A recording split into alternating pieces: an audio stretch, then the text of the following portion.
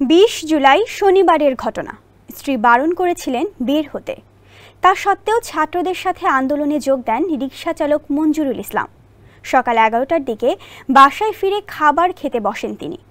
এ সময় ব্যাপক গোলাগুলির শব্দ শুনে খাবার শেষ না করে বের হতে চান মঞ্জুরুল। ফের বাধা দেন স্ত্রী। এবারও স্ত্রীর বাধা উপেক্ষা করে যোগ দেন আন্দোলনে। এর 10 মিনিট পরেই স্ত্রীর কাছে খবর আসে তার স্বামীর গুলি লেগেছে। বিনা চিকিৎসায় মৃত্যুর কোলে ঢলে পড়েন মঞ্জুরুল। মুস্তাফিজার রহমানের রিপোর্ট, জানাচ্ছেন সুরুজ আহমেদ। আন্দোলনে যখন সারা দেশ উত্তাল, তখন ঘরে বসে থাকতে পারেননি রিকশা চালক মঞ্জুরুল ইসলাম। যোগ দিয়েছিলেন শিক্ষার্থীদের সঙ্গে। বাইরে গুলির আওয়াজ আর সাউন্ড গ্রেনেডের শব্দে আতঙ্কিত স্ত্রী বাইরে যেতে বাধা দেন স্বামীকে। আর নয় সৌন্দর্য নিয়ে চিন্তা, এবার নিজেকে সুন্দর করে তুলুন স্টাইল ম্যানিয়াক্সের সাথে। কিন্তু কোনো বাধাই মানেননি মঞ্জুরুল। আন্দোলনের সম্মুখ সারিতে বুক পেতে দেন, গুলিতে ঝাঁঝরা হয়ে যায় তার বুক। মঞ্জুরুল ইসলাম রংপুরের পীরগাছা উপজেলার সাউলা ইউনিয়নের জোয়ান গ্রামের এনসের আলীর ছেলে। জীবিকার তাগিদে 2 বছর ধরে ঢাকার গাজীপুরের বড়বাড়িতে স্ত্রী ও সন্তানকে নিয়ে ভাড়া বাসায় থাকতেন তিনি।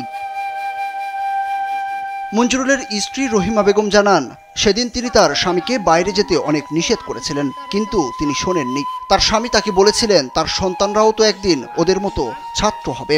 আমি দরজায় আটকাইছি তারে, যে তুমি যাও না, উপর থেকে গুলি ফেলাইতেছে, বোম মারতেছে, তুমি যাও না। সে বলল যে আজকে ছাত্র হাজার হাজার ছাত্র মারতেছে, আমার সন্তানেরা তো একদিন ছাত্র হবে। এখন আজকে না হলে আমার সন্তানেরা ছোট, স্কুলে যায় না, বড় হলে তো তারা স্কুলে যাবে।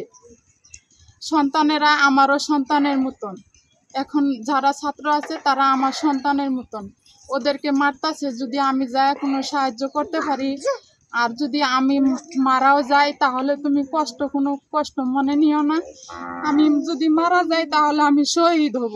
স্বামীর গুলিবিদ্ধ হওয়ার খবর পেয়ে প্রথমে জয়দেবপুর হাসপাতালে ছুটে যান রহিমা বেগম। সেখানকার ডাক্তাররা তাকে জানান মঞ্জুরুলকে ঢাকায় নিয়ে যেতে। সেখান থেকে উত্তরার একটি হাসপাতালে গেলেও টাকা না থাকায় সেখানে তার চিকিৎসা হয়নি। পরে আরেক হাসপাতালে নেয়ার পথে মারা যান মঞ্জুরুল। মঞ্জুরুলের বাবা এনসের আলী জানান, তার 3 ছেলে ও 1 মেয়ে। মঞ্জুরুল সবার বড়। আন্দোলনে গিয়ে তার ছেলে মারা গেছে। সরকারের কাছে ছেলে হত্যার ন্যায় বিচার দাবি করেছেন তিনি। আমি গরিব মানুষ, আমার ছেলে ঢাকায় বহুদিন থেকেই থাকে, রিক্সা চালা, হয়তো অনেক রাজমিস্ত্রির কাজ করে, এগুলো করতো। আর ওই দিন 20 তারিখে ওই ঢাকায় আন্দোলনে আমার ছেলে আন্দোলনে গেছে, সেখানে যা গুলিবিদ্ধ হয়ে মারা যায়। আমি তখন অসহায়, আমি আর কি চাবো, সরকার ন্যায় বিচার করলে যথেষ্ট। স্থানীয় সাউলা ইউনিয়নের চেয়ারম্যান মোহাম্মদ নাজির হোসেন জানান, মঞ্জুরুলের মৃত্যুতে তার স্ত্রী সন্তানরা মানবেতর জীবনযাপন করছেন। তাকে যেন শহীদের মর্যাদা দেওয়া হয় এবং তার পরিবারের দিকে সরকার যেন দৃষ্টি রাখেন। গাজীপুরে সে পুলিশের গুলিতে জীবন শহীদ হয়। তার পরিবারে তার 4টি বাচ্চা, সে তার বউ বাচ্চার সহ মানবতার জীবনযাপন করছে।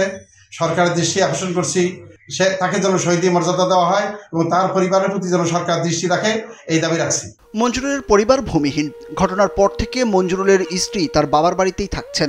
বৃদ্ধ বাবা সরকারি বাঁধের ওপর ঘর বেঁধেছেন। স্বামীর অকাল মৃত্যুতে সন্তানদের নিয়ে খুব কষ্টে আছেন রহিমা। তাই সরকার সহ বিত্তবানদের সাহায্য চেয়েছেন মঞ্জুরুলের স্ত্রী। সুরুজ আহমেদ, কালবেলা।